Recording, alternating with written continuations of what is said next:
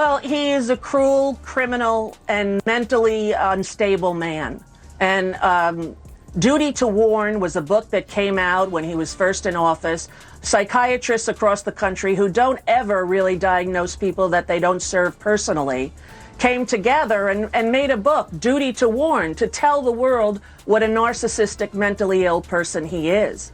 And I think he's the worst thing that ever happened to the United States. And his cruelty...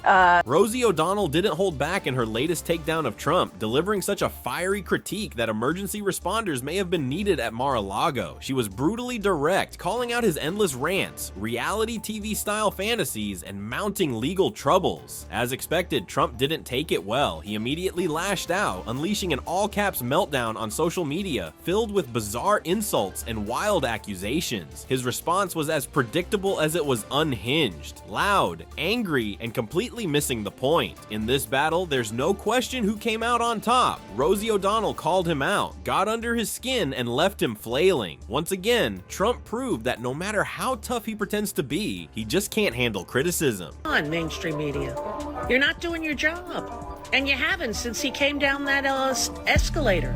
You haven't been doing your job. If you would have told the truth about him from the beginning and stood up to the lies that Mark Burnett sold America on The Apprentice, we wouldn't be in this position. But you equated, you normalized Trump, and that's what Time Magazine did. Man of the Year, Donald Trump. Well, you, Time Magazine.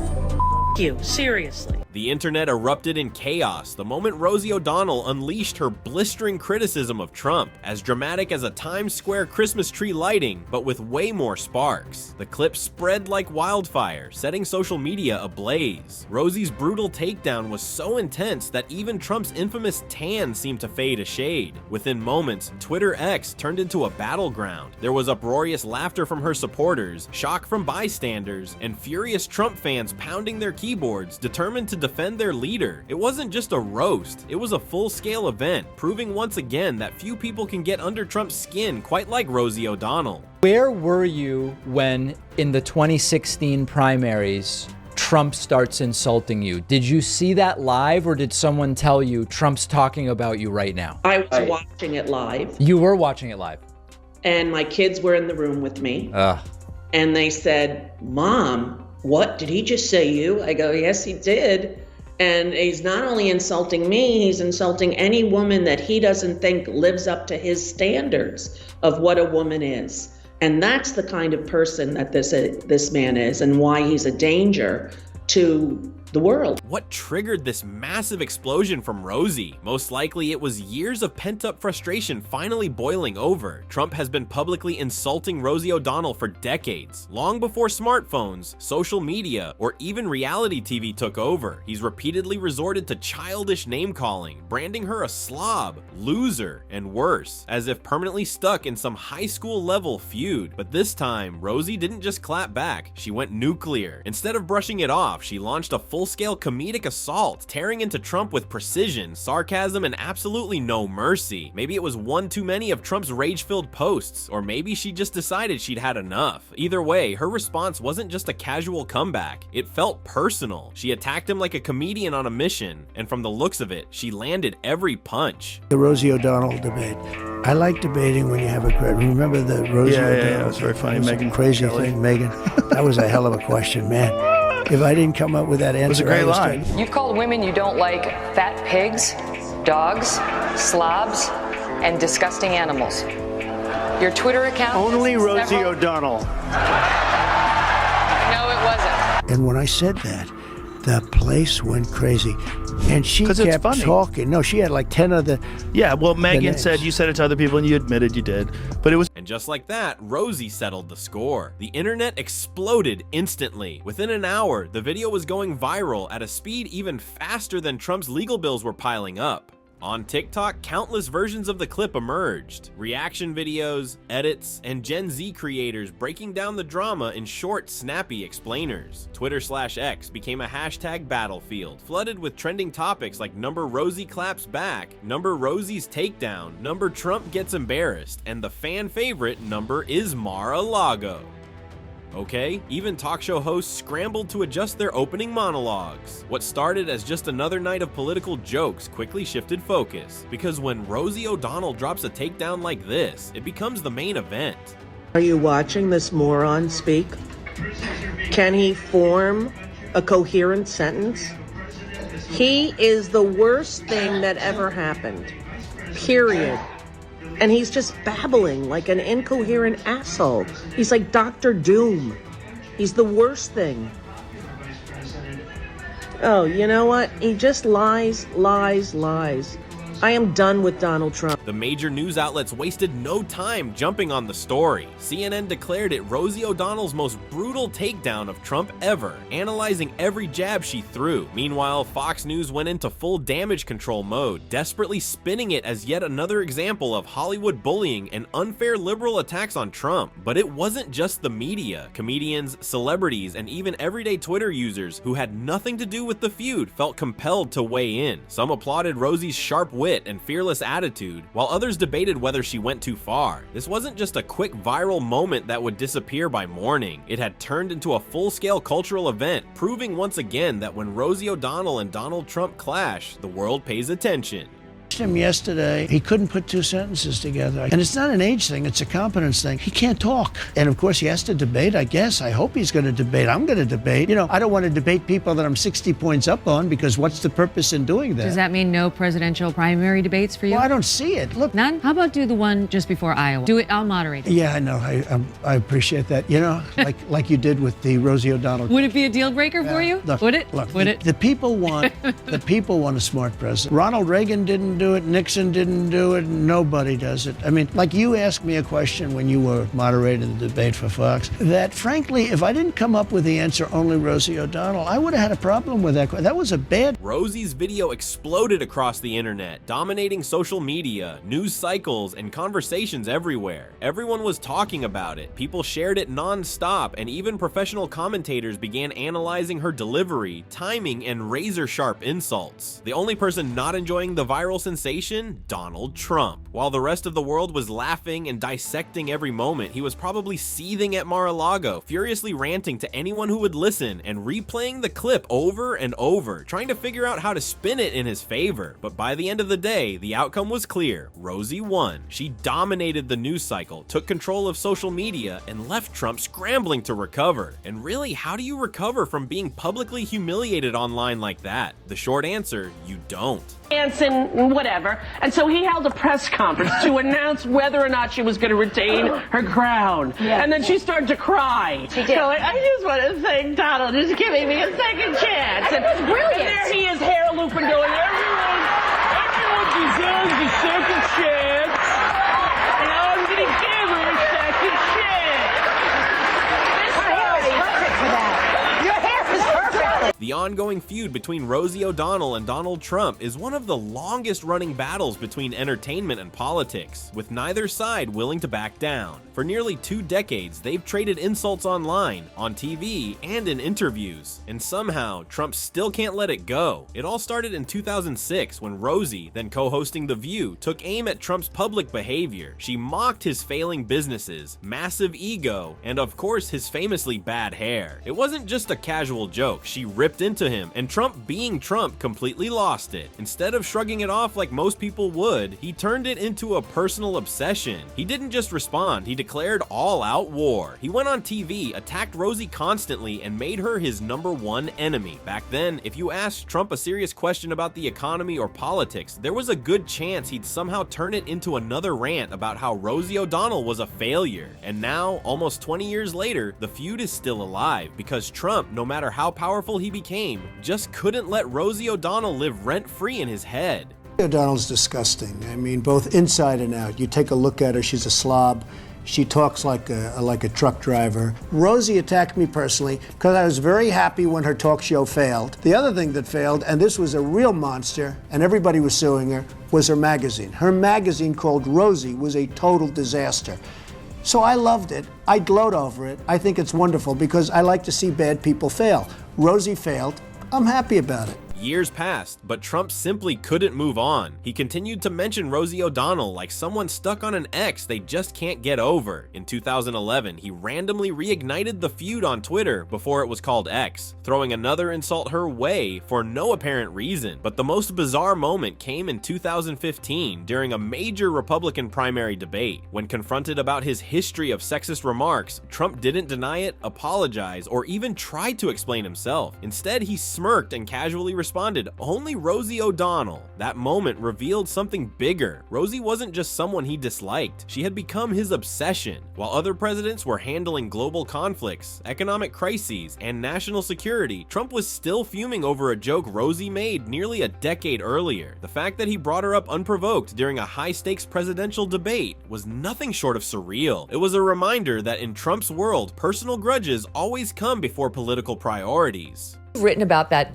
famous question and exchange that he and I had at that August 6th, 2015, very first GOP presidential debate. It was 8 years ago now. The whole nation was watching. It was the first. It was exciting. And he and I sparred over, what was definitely a tough question about things he'd said about women. And he interrupted it with "only Rosie O'Donnell." And the crowd laughed. And you analyzed that in a way that made so much sense. Can you do that here? First of all, I'm just realizing how much you changed my life with that question, because the entire direction of my life changed in that moment. When he said the Rosie O'Donnell line, I actually stood up and walked toward the TV, and I said, I don't know what's happening here, But Rosie O'Donnell is tough. She never backs down. Trump may have thought she'd give up and disappear, but he completely underestimated her. Instead of crumbling under his insults, Rosie turned them into fuel. She laughed off his attacks, flipped them into jokes, and used his obsession to her advantage. Every time Trump tried to tear her down, she hit back even harder. She didn't just clap back, she went all in. When Trump's presidency spiraled into chaos, Rosie kept a running commentary, calling out every scandal, every failure, and every bizarre tweet. Through interviews, social media, and her comedy, she made sure to remind the world exactly who Trump was. Even when things looked bad, Rosie never let up. And now, the saga continues. Trump is still mad, still ranting about Rosie in speeches, as if he's stuck fighting a battle from years ago. Meanwhile, Rosie, she's still making fun of him, still pushing his buttons, and still proving that she's the one who always comes out on top.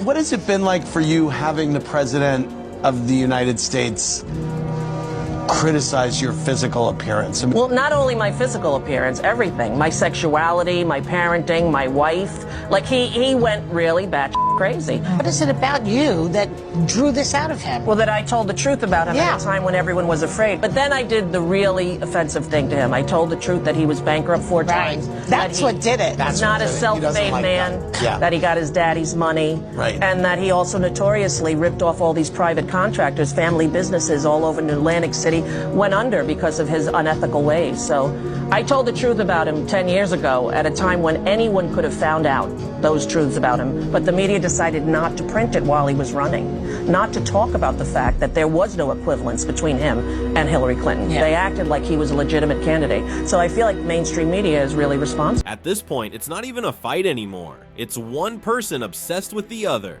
Rosie jokes about Trump whenever she feels like it, but Trump, on the other hand, is probably sitting at home, glued to his screen, watching her videos, ranting to anyone who will listen. Rosie didn't just poke fun at him, she came for total destruction. She tore into his failed businesses, his disastrous presidency, and his endless social media meltdowns. At one point, she even called him the biggest trick America ever fell for. She mocked his obsession with crowd sizes, his terrible management skills, and his reality TV approach to politics. She even threw in a joke about Elon Musk only letting him back on Twitter X just for the entertainment value. The audience loved every second of it. Social media exploded with people praising Rosie for absolutely demolishing Trump, while of course his loyal supporters scrambled to defend him. This wasn't just a small viral moment. Rosie shook up the internet and sent shockwaves through the political world. She didn't just land a punch, she set off a full-blown firestorm. That's interesting. How come we never heard from the hospital or the doctors? How come we never heard from anyone but his fake doctor, whose name he doesn't recall? I'm really flabbergasted at how much he gets away with. I really am. Don't let him get away with anything else, people. And come on, one of you young, hungry journalists, young, somebody in your 20s, just out of college, do a big piece on this. Make it a whole YouTube story. Do it. People will watch it because, we need some answers. Right on cue, Trump completely lost it the moment Rosie's takedown started gaining traction. Furious, he pounded out an all-caps rant on Truth Social filled with the usual insults. He called Rosie a loser, a disaster, and somehow even blamed her for America's problems. But this time, something was different. His supporters? Silent. Fox News didn't cover it. No one rushed to his defense. Even his most loyal allies seemed to understand that picking a fight with Rosie O'Donnell was pointless. Trump was alone in his rage, shouting into the void. This meltdown felt eerily familiar. It had the same desperate energy as his post-election tantrums and his infamous Sharpie map fiasco. Another wild overreaction fueled by frustration, because no matter how much he wants to, Trump simply cannot ignore Rosie. And the funniest part, every time he lashes out at her, he only proves her point. Because Donald Trump has been mad at you for a very long time. Over a decade. Over a decade. Yes. And did it sort of start? It started from The View, yes? The View. Yeah. And it's been really, we've sort of made the joke on the show that he's flip-flopped on everything except you. It's actually very true. The media erupted with laughter as soon as Trump's meltdown over Rosie O'Donnell became public. It was late-night comedy gold, and the biggest hosts wasted no time making it the centerpiece of their monologues. Jimmy Kimmel, Stephen Colbert, and Seth Meyers had an absolute field day, gleefully roasting Trump's unnecessary over-the-top feud with Rosie, a battle that somehow still wasn't over after nearly 2 decades. Each comedian took their turn mocking the absurdity of it all. Trump, a former president, ranting about a comedian as if she were a global threat. They played clips of his all-caps social media meltdowns, exaggerated his fragile ego, and reminded their audiences that for all the powerful enemies Trump has faced, no one has irritated him quite like Rosie. Meanwhile, news reporters struggled to keep a straight face while trying to present the story as if it were serious political news. Even the most neutral broadcasters had a hard time pretending that this was anything more than another ridiculous distraction in the never-ending Trump circus. Then came the internet explosion. Twitter/X turned into a meme battleground within minutes. Users flooded their timelines with hilarious fake movie posters portraying Rosie and Trump as arch nemeses locked in an eternal war. Others edited videos of Trump screaming about Rosie, making it look like he was trapped in a horror movie where she was the villain haunting his dreams. One of the biggest viral edits turned Trump's rant into a dramatic movie trailer, with over-the-top narration, one man, one grudge, one comedian who won't back down, starring Donald Trump as the man who can't let it go and Rosie O'Donnell as his worst nightmare. Coming soon to a meltdown near you. And then there were the photoshopped images. Rosie standing victorious while a tiny furious Trump waved his fist in the background, or Trump clutching his phone with a pained expression, angrily typing about Rosie for the 1000th time. Hashtags like "Knock Trump can't handle Rosie," "Rosie wins again," and "Is Mar-a-Lago okay?" shot to the top of trending topics, while comment sections filled up with people either laughing at Trump or shaking their heads at how predictable he had become. But in the end, did any of this actually matter? Not really. Trump's most devoted supporters called it unfair, biased, and just another example of Hollywood bullying. His haters laughed for hours, enjoying every second of the spectacle, and everyone else just sighed and accepted it as another absurd chapter in Trump's long history of pointless feuds. However, one thing was absolutely clear. Rosie landed a major hit, and if there's one thing Trump never forgets, it's a wound to his pride. He's battled world leaders, political rivals, powerful institutions, and the entire mainstream media. Yet somehow, Rosie O'Donnell, armed with just a microphone and a sharp wit, has rattled him more than anyone else. Even if Rosie is minding her own business, Trump will find a reason to bring her up, to complain, to rant, to obsess over her once again, because no matter what happens, he just can't let her go. Rosie O'Donnell, who's had a very, very long feud with Donald Trump, recently tweeted about how Barron Trump, the 10-year-old son of Donald Trump, might possibly suffer from autism. Now, she did so in a tweet where she wrote, "Barron Trump autistic?" If so, what an amazing opportunity to bring attention to the autism epidemic. Now, I should state that she has a 3-year-old who was diagnosed with high-functioning autism. And even so, I hate that she tweeted that. Rosie O'Donnell is a master at getting under Donald Trump's skin, and she's been doing it for years. She doesn't just criticize him like a typical political commentator. She makes him look utterly ridiculous. She knows exactly where to hit, how to spin his own words against him, and how to make his meltdowns even funnier. Every time Trump lashes out, his outbursts become comedy gold. His furious rants turn into punchlines. His mistakes transform into viral memes, and his thin-skinned tantrums make the world laugh at how fragile he really is. Instead of coming across as the powerful, in-control leader he wants to be seen as, he ends up looking like a petty, whining celebrity who can't take a joke. And that's exactly why Trump hates it. He is obsessed with his image. More than anything, he wants to be respected, admired, and taken seriously. He sees himself as larger than life, an untouchable force in politics and business. But the truth is, every insult, every joke at his expense feels like a personal attack. He doesn't just brush off criticism, he lets it consume him. And when it comes from Rosie O'Donnell, one of the few people who can effortlessly mock him, it's even worse. To him, every joke chips away at his brand, undermining the image he has spent decades trying to build. He wants to be seen as strong, dominant, and feared. But Rosie turns him into a punchline, and the more people laugh, the more his frustration grows. Here's the funniest part. Trump does it to himself. If he simply ignored Rosie, the moment would pass like any other social media squabble. The news cycle would move on, people would forget, and she wouldn't have the opportunity to make him look foolish. But Trump can't help himself. His ego won't allow him to stay silent, so instead of letting it go, he doubles down. He rants, raves, posts in all caps, and makes a bigger spectacle of himself, giving Rosie and the rest of the world a front row seat to yet another one of his meltdowns. And we all know one thing about Trump, he never lets go of a grudge. Rosie knows this too. That's why their feud has become legendary. It's a battle that should have ended years ago, but Trump won't let it die. And once again, Rosie has won. Meanwhile, Trump, despite all his power, all his influence, and all his rage, is just shouting into the void, desperate to look like he's in control, but instead proving once again how easily he unravels. And the world is laughing.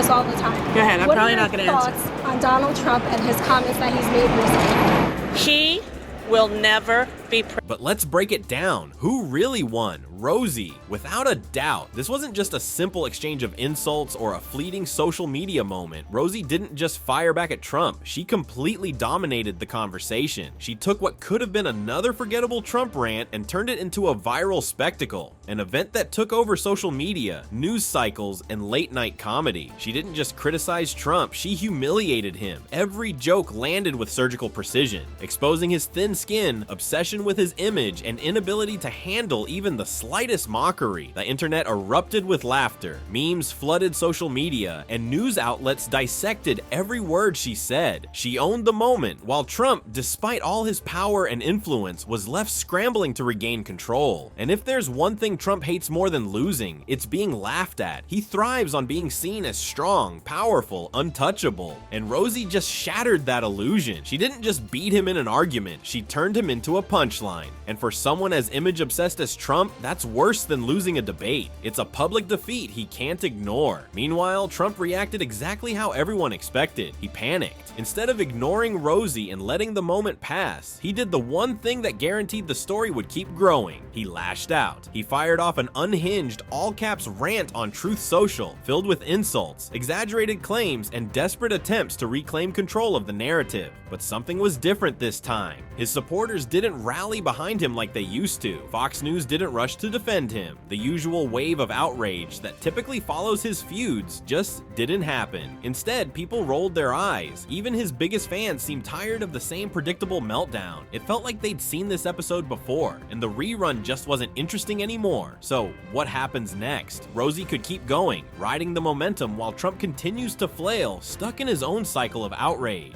She could turn this into a comedy special, another viral moment, or or just keep letting Trump dig his own hole. Or Trump might make things even worse for himself. If history has taught us anything, it's that he doesn't know when to stop. He might double down on his attacks, dragging this feud out longer than necessary, and ensuring that Rosie gets to live in his head rent-free for even longer. Then again, maybe another celebrity will jump into the chaos. Trump has plenty of Hollywood enemies, and if one of them sees how much fun Rosie is having, they might just decide to join in. If that happens, Trump will have more than just Rosie to deal with. He'll have a full-scale public roast coming his way. One thing is for sure, this fight isn't over. Rosie has proven time and time again that she knows how to push Trump's buttons, and as long as he keeps obsessing over her, keeps angrily posting, keeps making a spectacle out of every insult, she keeps winning.